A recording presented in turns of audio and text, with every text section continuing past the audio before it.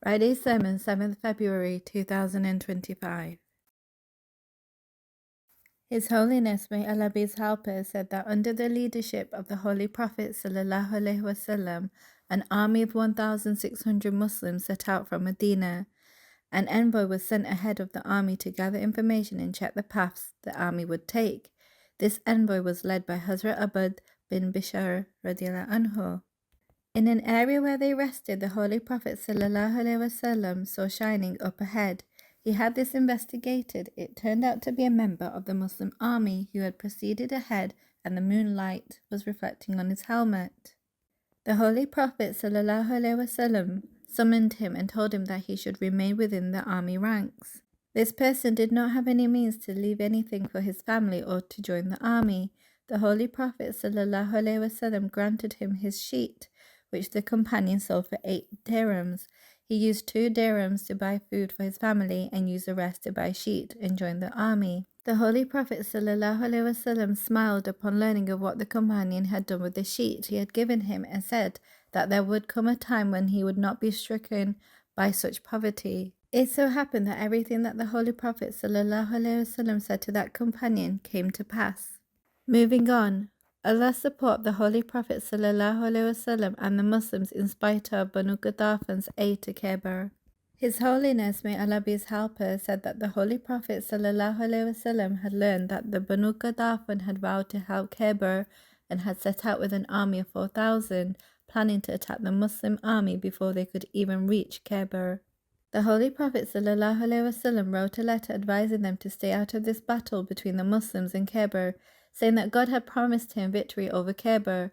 However, seeing that the Muslims only had 1,600 soldiers, contrasting the Jewish fortresses and army, this warning from the Holy Prophet ﷺ was disregarded.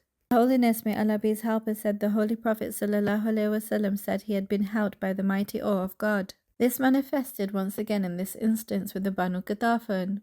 The army of 4,000 had set out to stop the Muslim army. However, it is written that the soldiers heard a loud voice behind them proclaiming that the Muslims were attacking their homes, and so, out of fear, they returned to their homes. There was no person who said this. Rather, this was an instance of God's help and his voice which reached their ears. The Holy Prophet ﷺ continued his journey and reached the fortresses of Khaibar towards the evening.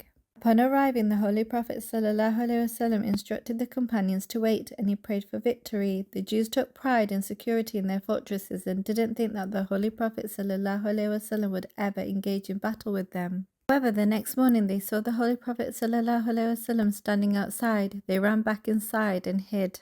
His Holiness, may Allah be his helper, said that before the battle started, the Holy Prophet ﷺ addressed the Muslims and advised them to seek peace from God and ask for his help, and instructed the companions to remain patient. The Muslims fought a fierce battle with what was considered the strongest fortress. The Holy Prophet ﷺ was riding a horse wearing 2 layers of armor with a sword and a shield in hand. Hazrat Mahmud bin Maslama radiallahu anhu was martyred in this battle. 50 Muslims were wounded as a result of the arrows fired by the Jews. This fortress was under the leadership of Marhab, who was considered the fiercest and most renowned Jewish warrior. It is recorded that this battle continued for 10 days. His Holiness, may Allah be his helper, said that one day during that battle, Marhab came out of the fortress and started waving his sword as he challenged the Muslims. Hazrat Amir bin Aqwa radiallahu anhu emerged from the Muslim army. The two had a battle which ultimately led to the martyrdom of Hazrat Amir radiallahu anhu, making him the second martyr of this battle. The Holy Prophet ﷺ commended him, saying that he was very brave and there were very few as brave as him.